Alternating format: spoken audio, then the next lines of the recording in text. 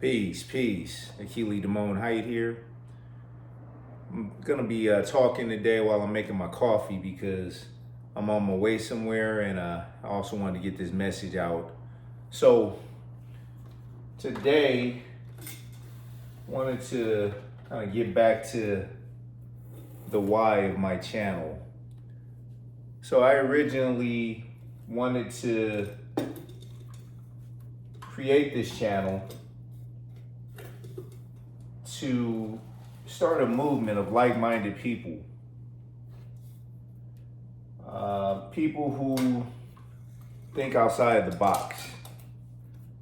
People who are into sci-fi, who are into fantasy, who actually have to live in the real world, but also enjoy a little escapism. People who are into technology, but not necessarily hardcore technology like IT or anything like that, but more like theoretical, which is kind of real stuff now. It's not so theoretical like artificial intelligence. And there's a concept called singularity, which is basically merging biology with technology. And we're seeing that happen right in front of us. But today I wanted to get back to the core. And lucid futurism is a combination of lucid dreaming and Afrofuturism. So you guys know that I wrote a book called Lucid, and it's a sci-fi fantasy adventure novel about a young man who wakes up in his dreams. And that's basically what lucid dreaming is. It's waking up in your dreams. It's becoming a conscious participator while you're dreaming, so being aware. And that is symbolic of our purpose for living. Because a lot of us walk around sleepwalking, meaning that we walk around on autopilot. We don't really pay attention. We're not really aware of what's going on around us, like the important things that are going on around us. We are mindful. And that's really what I wanted to focus more on and during my spiritual journey. I have been on a journey for quite some time now, and I've fallen off my path, but I've come back on my path. And writing my novel is part of my spiritual journey. It's part of unfolding my path and my visions of the future. So you'll hear me talk a lot about the Sankofa. So what is Sankofa? It is a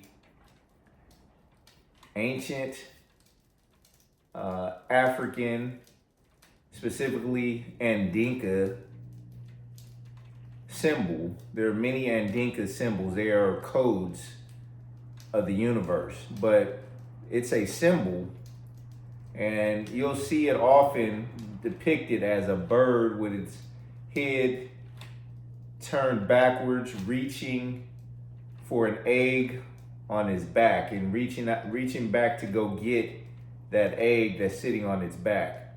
And what that means is to go back and get it, to reflect on the past, to not only reflect on the past, but to bring those lessons forward and to apply them to your present.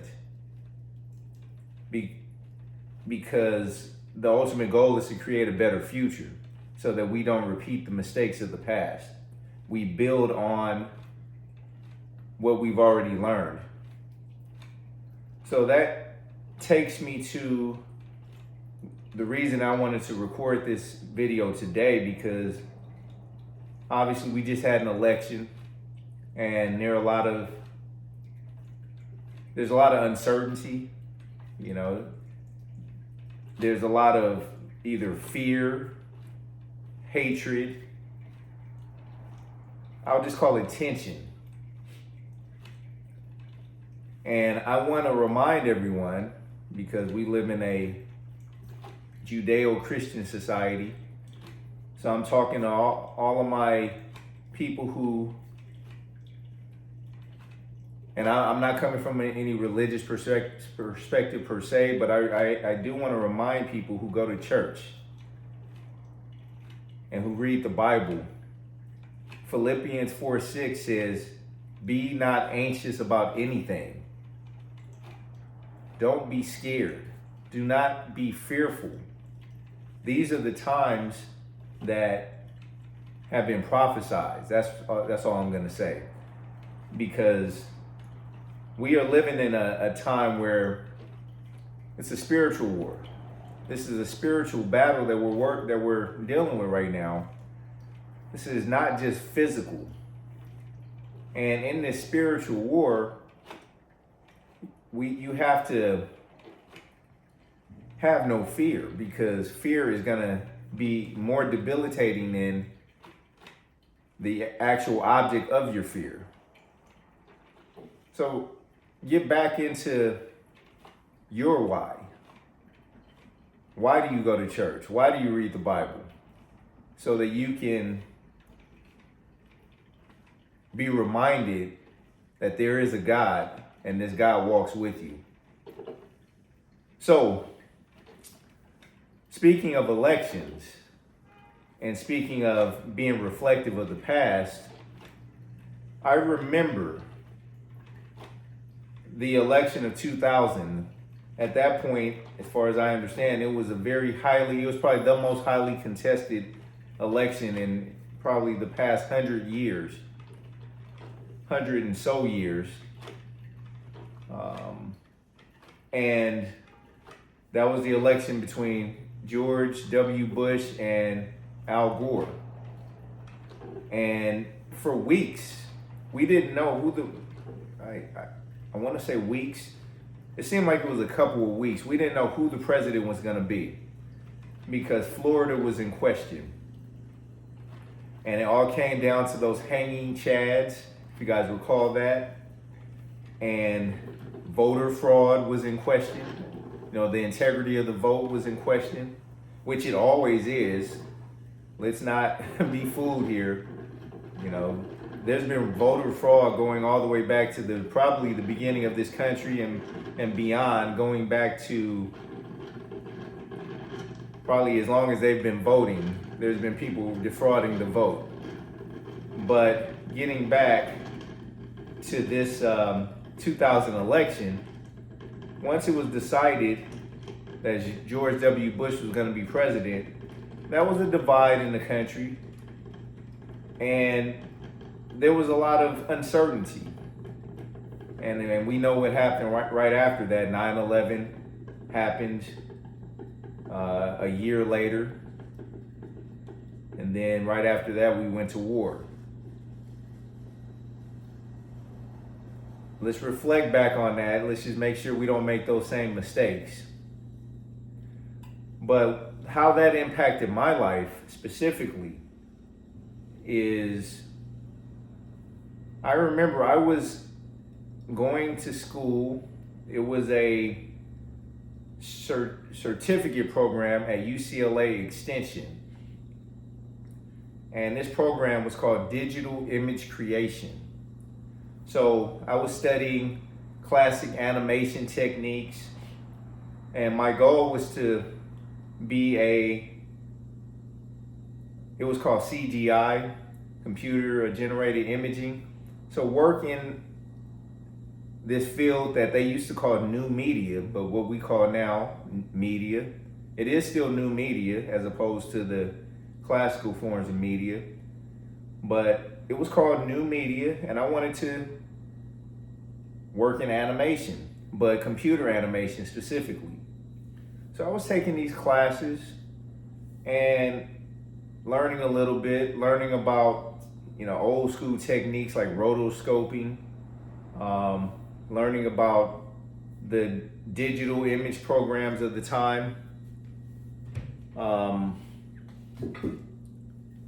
forget them. It's been a long time. But I remember that was also the first time I had heard about the concept of the multiverse. So it was back in 2000. And it wasn't specifically an animation class. It was more of a creative class. Creative writing, and it was taught by a gentleman. He was a Native American, and he explained to us about the concept of the multiverse. I had never heard of that before. Now it's kind of like in the, everyone is making movies and stories about the multiverse. But it's basically creating not creating, but recognizing that parallel universes exist. So I was fascinated with that concept. I remember we had to do a project where I put together like a portfolio of, things that inspired me or that made me think about the multiverse, or how I related everyday things to the multiverse. But back to this election, the very first thing that happened when George W. Bush took office is that, I don't know if that was the very first thing, but it seemed like immediately I got a letter from the Department of Education saying that my financial aid had been cut because I was not in a degree granting program. My program was a certificate-based program, and it no longer qualified for financial aid. So at the time, I couldn't afford to take these classes without loans, so I literally had to drop out. And right after that, I decided, hey, now I have student loans. I don't have any certificate. I might as well go back to school and actually get a master's degree. And that's when I decided, maybe a year after that, to get a master's in information technology. But I bring that up because that was when I really started getting into animation, not just animation, but film production and creation. And I knew that is a career path that I wanted to take eventually. I just had to take it in a roundabout way. So years later, that kind of brought me to this novel that I created that will be a graphic novel and a comic book and a film and a cartoon, etc. It's going to be a full franchise. If you haven't checked it out yet, by the way, check me out on Amazon.com, Lucid, or you can go straight to my website, LUCIDFuturism.com. I'll post the link in the description. You can buy the book, you can buy the merchandising, you can follow me on social media, check out my blog, etc. Check me out, check out my CV, my bio. But I'm tying this in because recently I've been posting a lot of old vintage cartoons and old animations and even old science fiction movies. And I will continue to do so because these videos are in the public domain, so they've fallen off of, their copyright is expired. And the reason I did that is because I wanted to approach this discussion. I wanted to find other like-minded people who may not be particularly focused on the spirituality aspects or the alchemy aspects, but in a roundabout way they are, because they are tapping into that nostalgia of growing up watching these movies, these cartoons, and it made them feel a certain way. I am adapting a philosophy called edutainment. The first time I ever heard of edutainment was the rapper KRS-One. He used to talk about edutainment in his raps back in the 80s.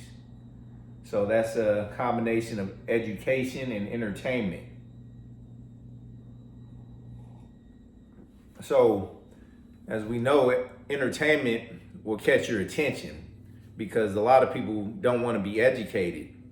But if you educate while you're entertaining, that'll also, you'll get both points across, and that'll tap into that need to be entertained while you're being educated. So that's what I'm doing here with this channel, Lucid Futurism. I am practicing edutainment.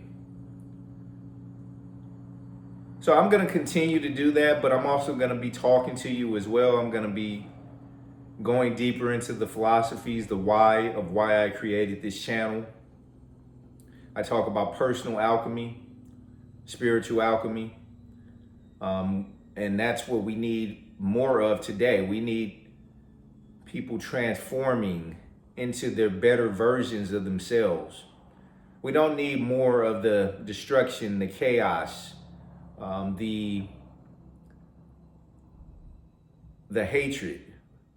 You know, I hate to sound cliche, but what we need is love. We need more love. So that love can be external, but I'm really talking about the love that you can tap in right here, right into your heart. The internal love, the love of yourself, the love that pushes your ego to the side and makes you realize that you got to do the right thing, not just because of what it looks like, but because of that's just the right thing to do. We are living this human experience, but we existed way before we were born, and we will exist after we pass on from this life. No matter what your spiritual belief system is, for the most part, unless you're an atheist, unless you don't believe, I mean, some people do believe that this is all we have. You know, I'm not going to argue with you. I'm going to respectfully disagree with you, but for the most part, most of us believe in life after death in some form or another. Most Christians believe that we're going to heaven if we do the right thing. I'm talking about, there's life after death, but there was also life after birth. Life before birth. So that means that you, me, we existed prior to this life, and we will exist beyond this life. So who are we really? Who are we truly? That's the question that I asked in Lucid. Evan Wheat is the hero, the protagonist that becomes the superhero. And one of the questions that he has to answer is, who is he really? He thinks he's Evan Wheat, but no, he's much more. You are much more than your physical persona. So during these times of turmoil, confusion, uncertainty, tap into who you truly are. Tap into your why. And I'm going to leave it there because I got to go. So stay curious about everything around you, about who you are, why you're here. Stay mindful. Stay passionate about what you are here to do and what you're doing. And above all, stay lucid. Peace out.